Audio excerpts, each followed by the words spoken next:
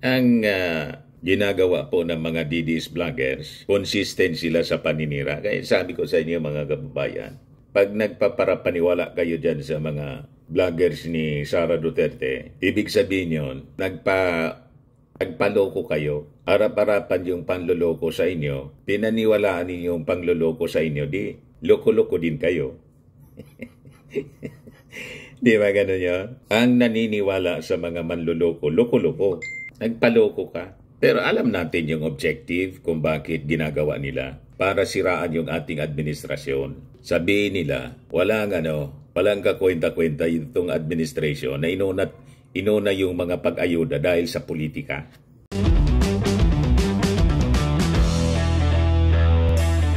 Ito naman po yung bago naming product na binibenta online. iGlow Serum, whitening po siya. Tingnan ninyo yung epekto sa aking anak na architect before and now. Yung mga inquiries po ninyo, dumiretso na lang kayo sa kanyang Facebook account, Riz Maravillas. Massive ngayon mga kababayan yung pagpapakalat ng fake news na yung PhilHealth daw siniro budget ng Congress. Nag-react na po yung Kongreso, especially yung members ng Dayangans, si Congressman Paulo Ortega ng La Union. Tigilan anya ninyo yung fake news ninyo. Siguro anya itong mga vloggers na nagpapakalat ng fake news na dinifund anya siniro budget yung PhilHealth, hindi na member ng PhilHealth. Kasi sa katotohanan po, hindi man po totoo na siniro budget. May budget po ang PhilHealth. Ang inalis po ng Congress yung subsidy. Pero ang ang PhilHealth, may dati ng budget sila. Bilyon ang budget nila. Yung 600 billion nga po, sabi natin, hindi man nila ginagamit, nakatingga lang sa isang bank account nila. Yan po ang rason kung bakit inalis yung subsidy, kasi walang rason na i-subsidize ng ating gobyerno ang isang agency na they have enough fund. Hindi nga po ginagamit eh. But before ko mga kababayan ibigay sa inyo yung full story ng balitang yan, click subscribe muna dito sa ating YouTube channel and hit the notification bell para lagi po kayong updated sa mga kaganapan dito sa ating bansa. Like and share na rin po ninyo ng ating video. At wag na rin po ninyo na skip yung ating commercial ads para tuloy-tuloy lang ang pag-unlad ng bagong Pilipinas. At itong ating programa mga kababayan, atid sa inyo nitong ating mga sponsors. Firmax Framing and Lifting Cream. Pinapay po sa mga pulses in affected area. Mainam po ito sa mga pains at paninigas ng mga kaso-kasuan. Ito sa mukha naman yung application, anti-aging, Automax po siya. Ito iGlow Serum mga kababayan. Whitening po siya. Made in South Korea. Ito naman po, Nengxia Red Mix Fruit Drink. Gawa po siya sa goji berry.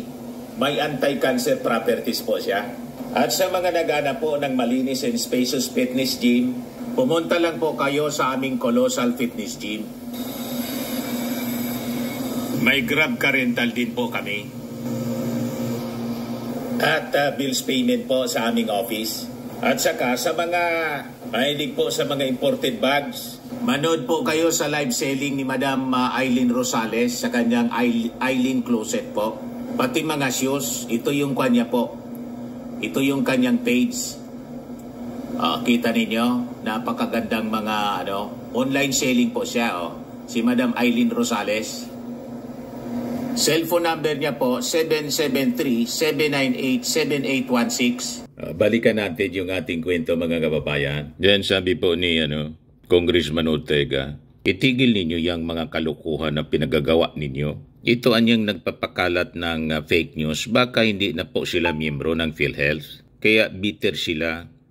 So sabi po ni Ortega, sinisiguro po namin sa taong bayan na PhilHealth has more than enough funds to cover its members for the entire year. Klarong-klaro po yon. Ang ginagawa po ng mga DDS vloggers, consistent sila sa paninira. Kaya sabi ko sa inyo mga kababayan, pag nagpaparapaniwala kayo dyan sa mga vloggers ni Sara Duterte, ibig sabihin yun, Nagpaloko kayo, arap-arapan yung panloloko sa inyo, pinaniwalaan ninyo yung pangloloko sa inyo, di loko-loko din kayo.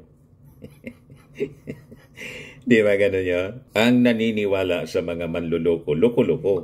Nagpaloko ka. Pero alam natin yung objective kung bakit ginagawa nila. Para siraan yung ating administrasyon. Sabihin nila, walang kakwenta-kwenta itong administration na inuna yung mga pag-ayuda dahil sa politika. Vote buying niya. Yan ang linya ng kanilang propaganda narrative para niya sa 2025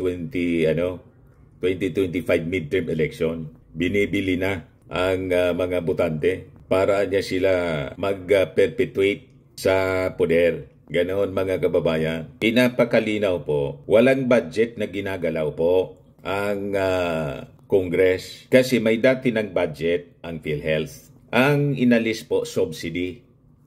Kasi ang subsidy, ibinibigay po sa alinmang agency kung kulang ng budget.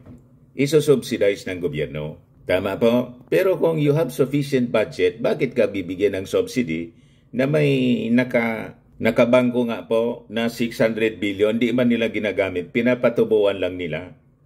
Ano yon? Yon ang punto ng ating mga congressmen. Ito po yung press con kahapon ng members ng Young Guns. Talaga mabitin. Kaya sinisigurado po natin na sa taong bayan po na PhilHealth has more than enough funds to cover its members for the entire year. Klarong-klaro po yun. Itong mga nagpapakalat po ng fake news, baka hindi pa po sila membro ng PhilHealth, kaya bitter sila. Kaya itigil nyo na yung mga kalokohan na pinagagagawa nyo. Ito naman po yung sabi ni Tingog Party List Congressman Jude Asidre sa tanong ng mainstream media. Pakinggan po natin. Kongs Earl po. Last question.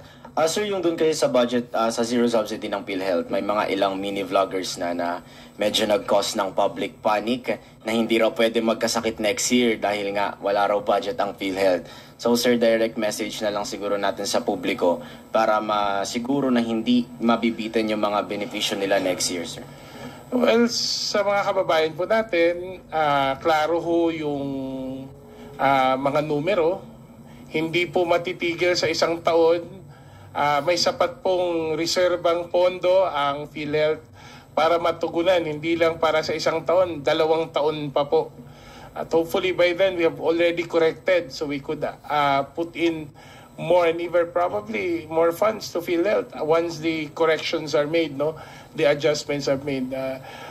Una, wag ho kayong magkakasakit. Kahit may PhilHealth o wala, hindi po magandang nagkakasakit. Pangalawa, hindi po pwedeng masabi na walang pera. May pera po ang PhilHealth. Nandyan po yung mga patuloy po ang ating mga subsidiya, ang ating mga packages.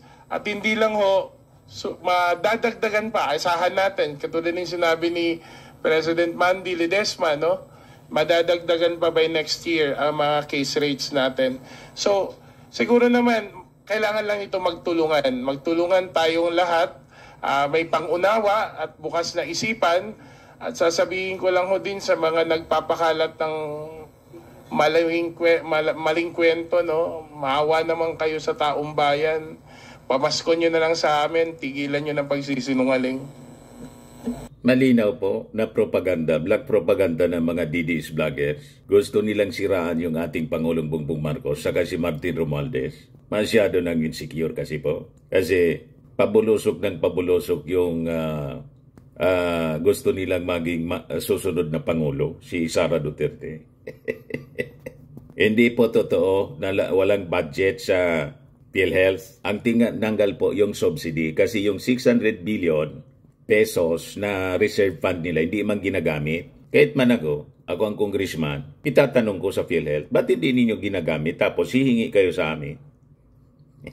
Tama po?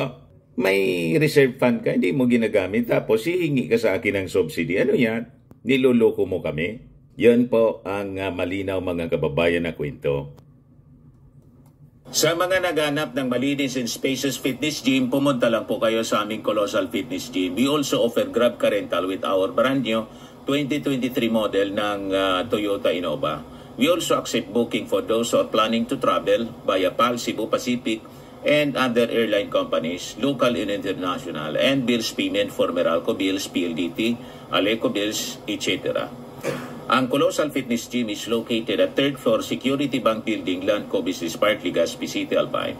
For inquiries, look for Chilon Maravillas. Contact number 0966-802-0949. Yan yung aming Innova. Lagi na pong matao sa amin. Pati mga foreigners po, tingnan ninyo. Mga British tourists sila.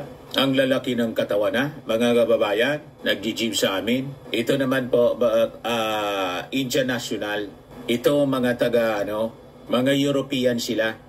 Ito naman yung bago naming product na binibenta online, Eye Glow Serum. Whitening po siya galing sa South Korea. Tingnan ninyo yung epekto sa aking anak na architect entrepreneur, Riz Maravillas. For inquiries, look for Riz Maravillas on FB.